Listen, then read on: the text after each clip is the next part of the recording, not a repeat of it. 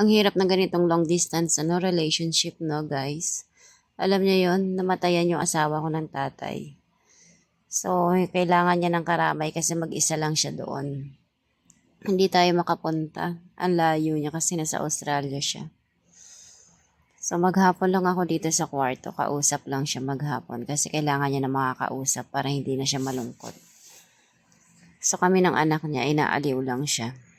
Alam niyo yung feeling na gusto mo siyang yakapin, gusto mo siyang gusto mo siyang i-comfort, pero wala, malayo talaga siya, guys. Tingnan niyo yung mukha niya dito, kahit na pinapangiti siya ni Austin, halata pa rin sa mukha niya na malungkot siya.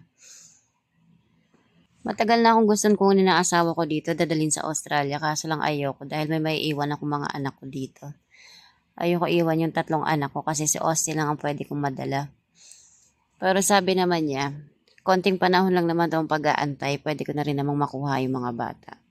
Kaso lang hindi ko talaga maiiwan kasi lalo na yung yung nag-iisa kong babae. Hindi ko talaga siya maiwan-iwan.